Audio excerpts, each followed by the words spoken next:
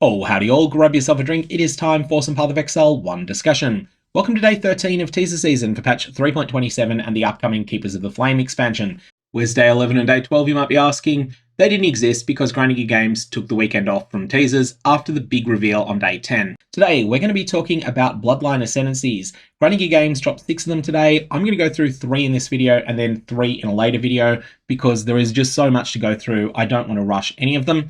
And so today we're going to be talking about the Farrul bloodline, today we're going to be talking about the Lycia bloodline, and we're going to be talking about the Tangmazu bloodline, which gets the name Delirious bloodline for some reason.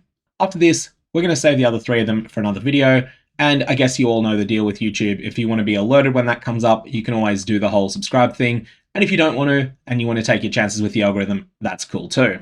This is all of them except for one. They're holding one back, and that's going to be one that they'll probably not provide us until the game goes live. And that's because they want to maintain some sort of mystery around who the pinnacle boss of the new expansion is. It definitely looks like it is tied to something breach aligned. And as a result, I don't think we're going to find out the information on that until the patch goes live. A quick reminder about these are going to take up points in your main Ascendancy. So there is quite an opportunity cost in taking these.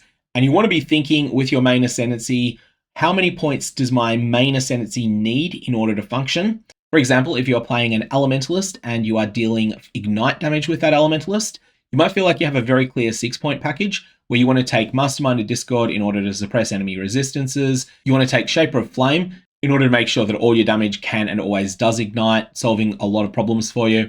And of course, you want to take Leech of the Primordial because it's so good. And if you're interested in further discussion of the Elementalist Ascendancy, I will put a link down in the description below to a deep dive into the Ascendancy that I put together quite recently. That is what I'm looking at starting myself. So you've got 6 points that feel like they're not completely locked in, but they're very strong. You probably don't want to avoid them. Then that means that you've got 2 points you can spend elsewhere. But staying with the Elementalist theme, maybe you instead are planning on doing a wand attack critical strike build on your Elementalist. Well, in that case, you need the Golem node because the Golem node is the reason you might consider playing that on the Elementalist.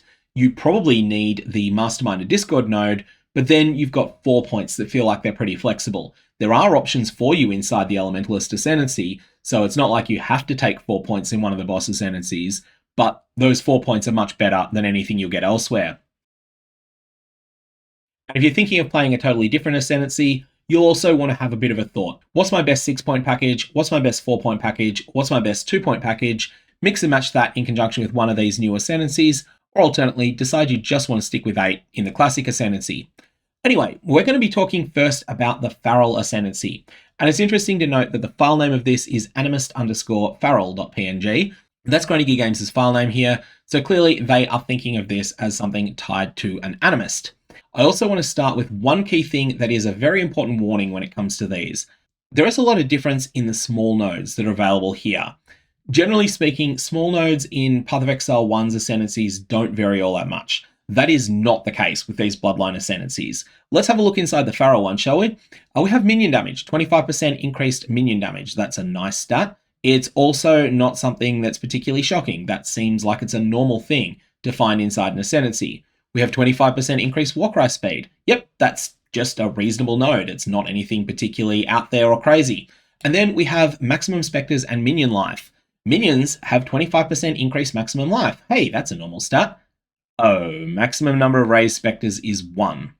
Now, the intention here is that this entire 2-point package, with either Pharric Will or one of the other 2 things you can select there, this is a 2-point package that is about going all in on having 1 Uber Spectre. Now, I don't know how good these are going to be in practice, but they're definitely interesting.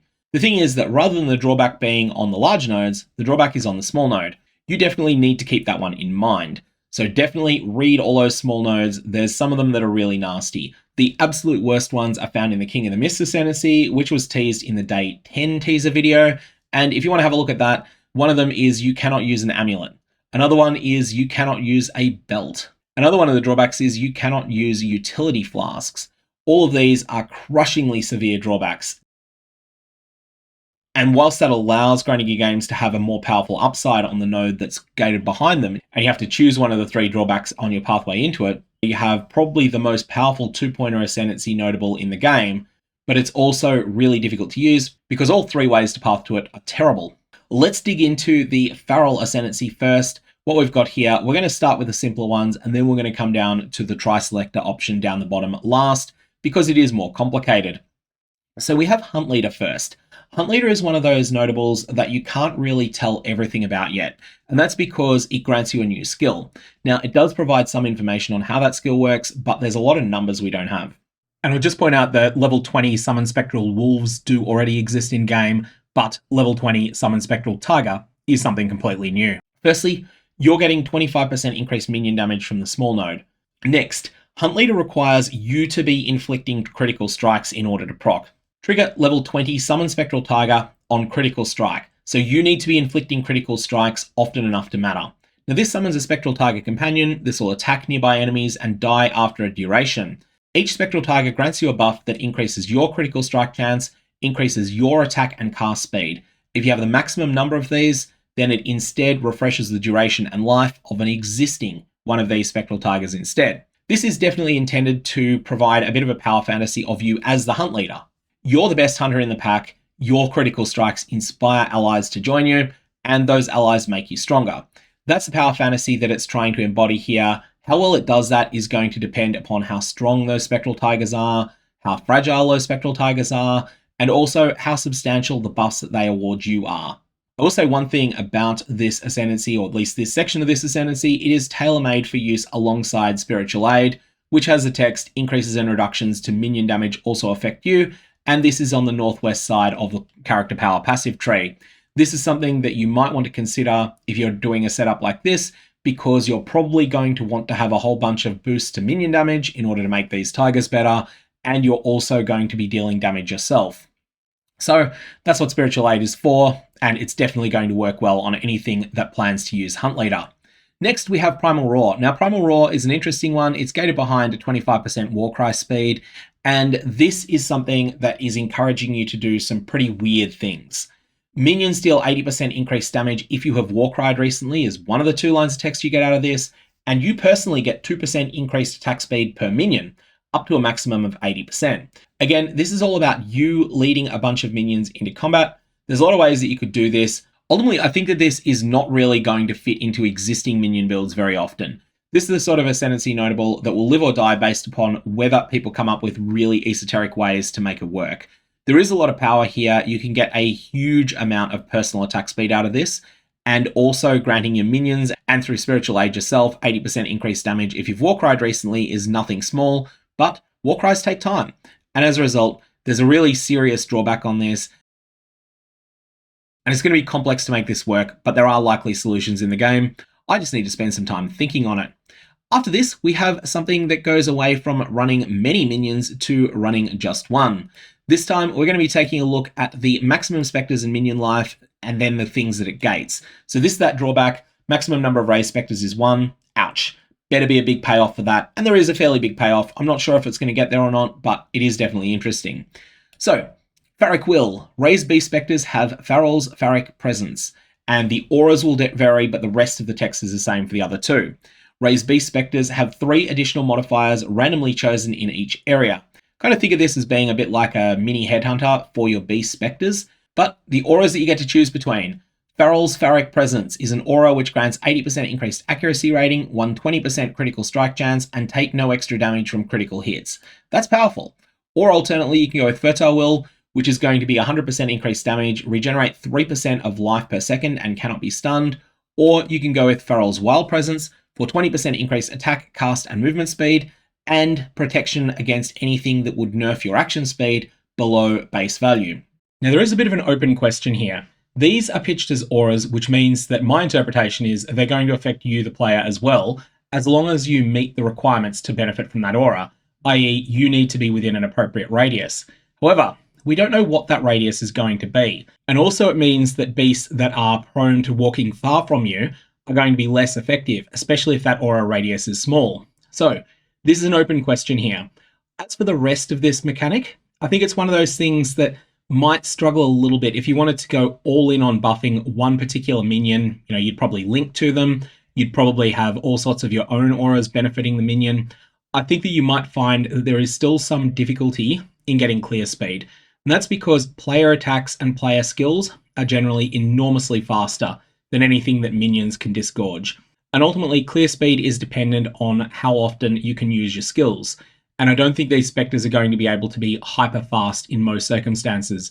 That said, there's definitely a lot of beasts in the game, so maybe there's one that I'm not thinking of, and this will end up being better than I'm giving it credit for.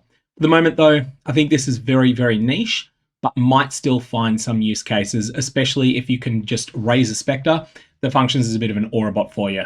Next, we're going to jump over to Herald Lycia's Ascendancy. So instead of playing around in Einhar's Menagerie in order to unlock this one, you're going to need to slay Lycia in the Forbidden Sanctum. Now, one of the notables here is going to require some explanation for those of you that are coming from Path of Exile 2. We're going to leave Sinner Saint till last, except to mention that it definitely has a lot of thematic links here to Lycia herself and her storyline. You got this flavor text: the original sin was not your doing, but it is still your burden to bear. And we also have the original sin item, which is the chase item that comes out of the Sanctum and out of Lycia. Original Sin has all elemental damage is converted to chaos damage. Nearby enemies' chaos resistance is overwritten by 0. And Sinner Saint, of course, is providing kind of half of that. Anyway, we're going to start by looking instead at the Curse/Profane Ground themed section of the Ascendancy. So, firstly, we have Curse Effect. This is a strong node that's leading in here. 10% increased effect of your curses is definitely a strong effect. The payoff that you get here: you create Profane Ground instead of creating Consecrated Ground. Note that this is not providing you any way to create the Consecrated Ground. You're going to need to provide that yourself. There's a number of ways to do this in the game, but awkwardly, a number of them actually provide bonuses that are exclusive to Consecrated Ground. So you're going to need to find a low opportunity cost way to do this. There are definitely options in the Inquisitor Ascendancy and also on Crusader influenced chess pieces. So they do exist, but this is going to be fairly challenging to find the right one for your build. Now, Profane Ground that you create also inflicts Malediction on enemies. This is a monstrously powerful debuff. So Malediction is a double nerf to the enemy. Firstly, they take 10% increased damage. This is equivalent to shocks on them being 10% more intense. So for instance, if they're currently suffering a 35% shock, this is like raising that up to a 45% shock. Also, on top of that, the monster deals 10% less damage. And so it ends up being something that's very strong both offensively and defensively at the same time. Now, it's important to note that this is just the effects of Malediction. Then there's something else here as well. However, to benefit from this, you're going to need to get those enemies onto the Profane Ground. So that's something else you need to factor in here. Unless your Profane Ground is covering an enormous area, then it's not going to give you the benefits of Malediction. Then Profane Ground that you create also affects you and your allies, granting Chaotic Might. And Chaotic Might grants 30% of your physical damage as bonus chaos damage. For those of you that are coming from Path of Exile 2, this is one of two things that you'll need to get used to. This stat is a lot harder to get than it is in Path of Exile 2. And especially when we talk about Sinner Saint, conversion works completely differently as well. So Bitter Heresy is providing a lot here, but it is also asking a lot of you. I don't think many people are going to use this, but I do think some people will find good uses for it. After this, we have the Herald cluster. Now this cluster is about going all in on Heralds. If you're playing a character where a Herald is just a buff that's helping a character rather than absolutely central to how you function, I think you'll find that this is too high a price to pay for what you're getting. So this is not really suitable for people that are playing Herald of Purity just as a way to get a little bit of extra physical damage on their character, but it's a lot more appealing if you're planning on directly damaging enemies with Herald of Ice or Herald of Thunder. Let's start with Herald buff effect. 20% increased effect of Herald buffs on you. This stat is reasonably good, but it's not monstrously powerful. And that's because for most of the Herald skills, the buff effect isn't the reason you're using them. However, there is one real exception, and that is Herald of Purity. Herald of Purity is really good, but Herald of Purity just scaling up its buff effect by 20% is often not going to be worth an Ascendancy point. However, we then come to Farewell to Flesh. This one is something that goes much more all in on those Herald effects. So we have two lines of text here. Let's start with the minor one. Herald skills have 2% more buff effect for every 1% of maximum mana they reserve. This is more of that previous stat, and it stacks multiplicatively with that Herald buff effect. However, it is probably not worth an Ascendancy notable just for this aspect. The real power of this is the life reservation aspect. But then we have Herald skills and minions from Herald skills deal 1% more damage for every 1% of your maximum life that those skills reserve. So here you're going to need to cause them to reserve life instead of mana. There's a number of ways to do that. And the payoff for this is going to be that the Herald skill itself can become an effective primary skill. Now, there's a number of builds that could potentially use this. There are Herald of Agony builds which are well established, but this is going to promote you playing a low-life Herald of Agony build, which is something a little bit new. Or alternately, there are what's termed auto-bombers. Herald of Thunder builds usually, although there are some less common ones that use Herald of Ice primarily, or that use both Herald of Ice and Herald of Thunder, and those builds could potentially get quite a bit of a damage boost out of this. If they're able to scale up the life reservation of those Heralds substantially, and of course convert it into life, then there will definitely be a substantial payoff there. If you're playing a build based around Fair Order Flesh, you are definitely going to want to get heavily invested into cluster jewels that are oriented to Heralds. They're going to feel like they're absolutely mandatory there. After this, we're going to take a quick look at Sinner Saint. Now, firstly, the small node here is just 25% increased chaos damage. Generic good stuff, and it's important with this because this is going to be complex. For those of you that are coming from Path of Exile 2, forget everything you know about how elemental conversion works in that game. It is totally different in Path of Exile 1. In Path of Exile 1, physical damage can be converted into anything. Then lightning is next in the hierarchy. Lightning cannot be converted to physical, but it can be converted to anything lower in the hierarchy. Then cold is next in the hierarchy, then fire, then chaos at the bottom. What happens is you go from the top of the hierarchy to the bottom, and you apply all of the conversions that apply. So firstly, you look at all your physical conversions, you apply them all. An editing gog here to popping in to say that there are a couple of nuances as to what happens if you would be converting more than 100% of your damage at any of these steps. So for instance, if you were converting 75% of your physical damage to lightning and also 50% to cold, then there's a number of complexities that come up there. You would need to research those before designing a build around this. I'm not going to go into all of the details in this video. And then you go to lightning, you apply all of the conversions that apply to lightning, and even some damage that might have originally been physical that's been converted to lightning, it can then get converted again. You then go to your cold damage and you convert again. Then you go to your fire damage and convert again. Why does all of this matter with Sinner Saint? Well, the sorts of builds that are going to want to use this are going to want to be converting lightning damage into cold and potentially cold damage into fire as well. The way you convert lightning damage into cold is through the unique ring Call of the Brotherhood. The way that you convert cold damage into fire, the unique ring Pyre is an option, and cold to fire support is also an option. Why would you want to do this? Well, every time you go through one of those steps in the conversion hierarchy, there are a number of modifiers that will proc multiple times on each of these steps. Most notably, this is anything that reads X% of non-chaos damage added as extra chaos damage, or X% of elemental damage added as extra chaos damage. Let's say you start out with 1,000 physical damage, and you have an item that reads 30% of non-chaos damage added as extra chaos damage. You convert all of this from physical to lightning, you convert all of it from lightning to cold, all of it from cold to fire, and then all of it from fire to chaos. You won't actually be able to convert every single point in practice, but let's just assume you can here. When you convert 1,000 physical into 1,000 lightning, you get 300 extra chaos from that 30% of non-chaos damage added as extra chaos. Then when you convert the lightning into cold, you also get another 30% added. When you convert the cold to fire, you get another 30% added. And you end up getting triple effect. Now, the package that I would recommend if you want to play around with this, you want the unique ring Call of the Brotherhood qualityed to 20% so that it converts 48%. So you're going to start out converting 100% of a physical skill into lightning. There's lots of ways to do that. Then using Call of the Brotherhood, 50% of that is going to convert to chaos, 48% is going to convert to cold, and 2% is kind of going to leak out of the system. After this, you've now got 48% cold damage. 50% of this is going to convert to chaos, and potentially 50% of this is then going to convert into fire. Once it's fire, 50% of that, i.e. 12%, is then going to convert to chaos again. You're looking at having, at this point, 84% of your original physical damage converted into chaos, and you're also getting a whole bunch of these additional non-chaos damage added as chaos procs along the way as well. That's the benefit of Sinner Saint. This is very much built around, and it's something that I would suggest you might consider using in conjunction with the Shadow base class, any of the 3 Ascendancies associated with that, and the Harness the Void notable. This is something that you can only get by defeating Uber Pinnacle bosses, and it's also something that's very, very rare. This comes on Forbidden Flame and Forbidden Flesh jewels only, and the versions of them that can only drop from Uber Eater of Worlds and Uber Exarch.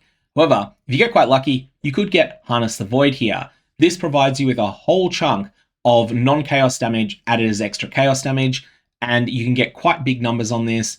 That is going to have tremendous synergy in conjunction with Sinner Saint.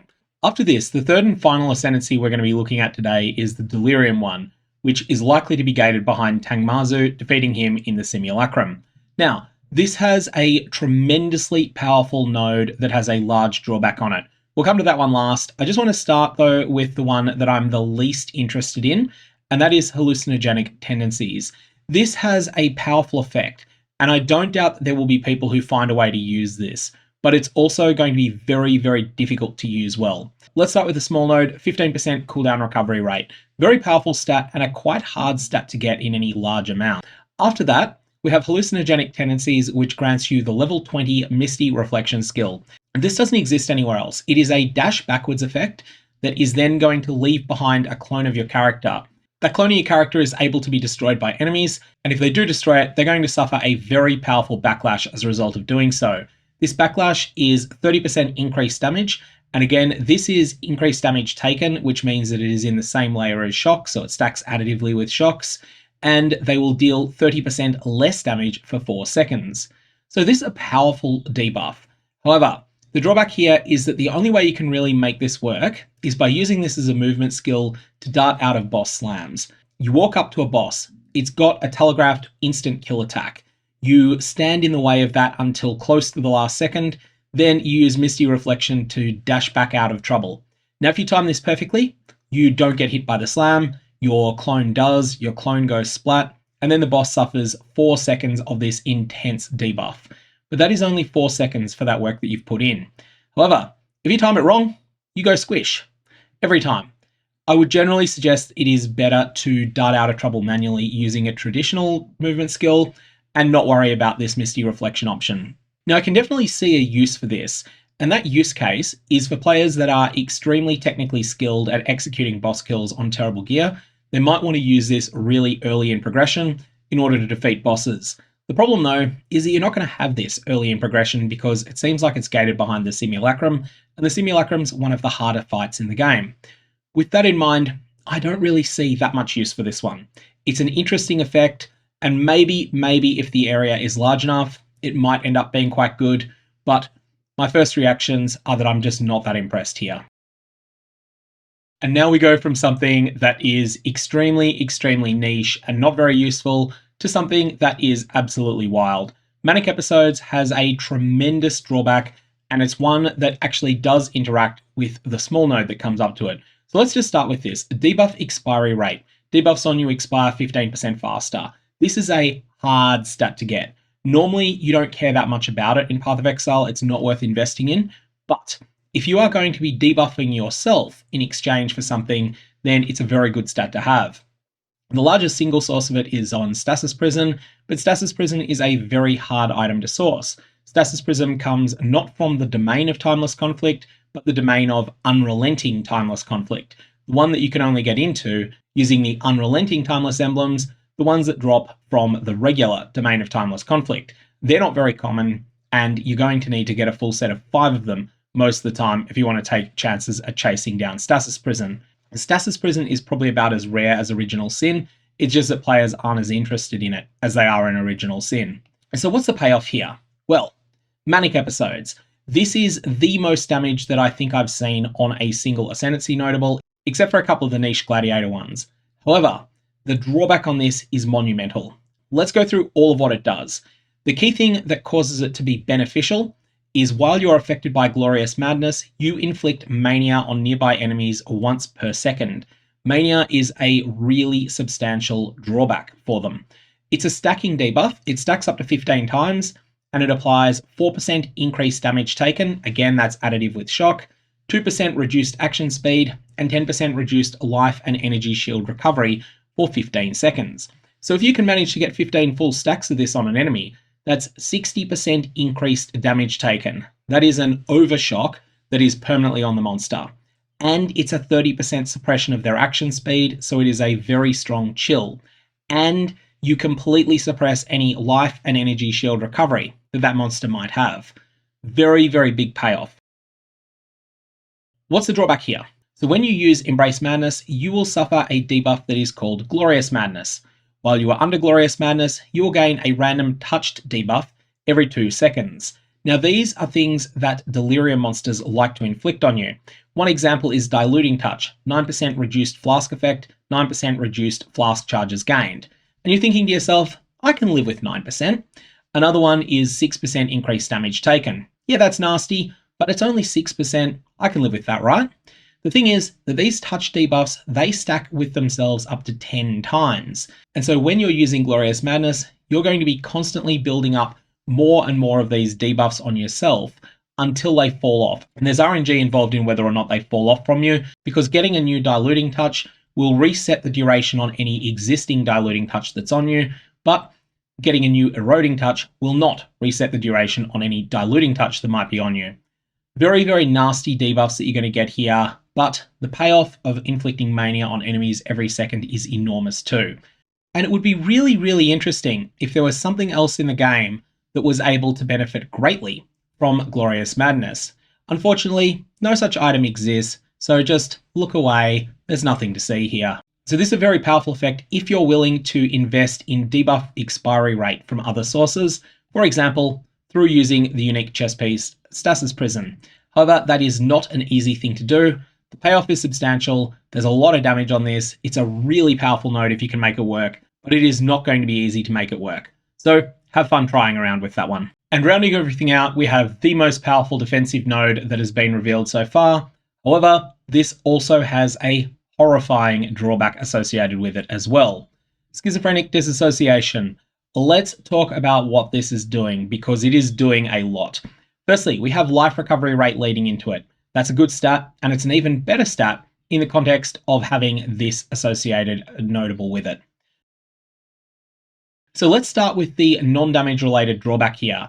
Non-cluster jewels socketed in your passive skill tree have no effect. Say goodbye to Watcher's Eye. You're locked out of those. You are locked out of Forbidden Flesh and Forbidden Flame. You're locked out of Unnatural Instinct. You're locked out of Storm Shroud. You're locked out of so many good jewels. Also, you're just locked out of rare jewels, and rare jewels can be pretty good too. However, in exchange for tolerating this monumental drawback, you gain a tremendous defensive layer here. Now, we want to talk about how this works on its own, but also how it interacts with Mind Over Matter and how it interacts with hybrid life and energy shield pools. Firstly though, if you have Chaos Inoculation allocated and you take 5 or more damage with Schizophrenic Dissociation, then you go splat 4 seconds later. And that's because 4 seconds after each hit you take, you're going to lose at least 1 point of life. And therefore, you're going to fall over on the ground because life loss is not the same thing as damage. You are going to take 40% less damage from hits. So if an enemy hits you for 7,000 damage, instead of falling over and going splat, you instead take only 4,200, which you're probably going to survive. That is an unbelievably strong defense. However, you are then setting yourself up to lose some life a little bit later. 4 seconds after each hit you take, you lose life equal to 40% of the damage taken from that hit. Now, the way that I'm reading this after a little bit of thought, although it wasn't the way that I read it at first, is that if it was a 7,000 damage hit, and therefore you take 4,200 damage immediately, then 4 seconds later you take 40% of 4,200, which is 1,680 damage. So essentially, 60% now, 24% later, 16% never. The other interpretation, and this was actually the way that I read it at first, but then I was pretty quickly convinced that I was wrong on that, is that it is 60% now and 40% later. Even if that less favorable interpretation is correct though, this is still going to be a very, very strong effect. Let's talk about how this interacts with resources other than life that can take damage. So you've got some energy shield. So you've got some mana and Mind Over Matter. What's going to happen if you've got 50% Mind Over Matter on your character? So 50% of life that you would lose to damage is instead taken from your mana. In this situation, if you take a 10,000 damage hit, you're going to take 6,000 damage straight away. That's going to split 3,000 to your life, 3,000 to your mana. After 4 seconds pass, you're then going to take 40% of that damage. So that's going to be 2,400. But that is going to be purely life loss. And that is therefore going to bypass Mind Over Matter.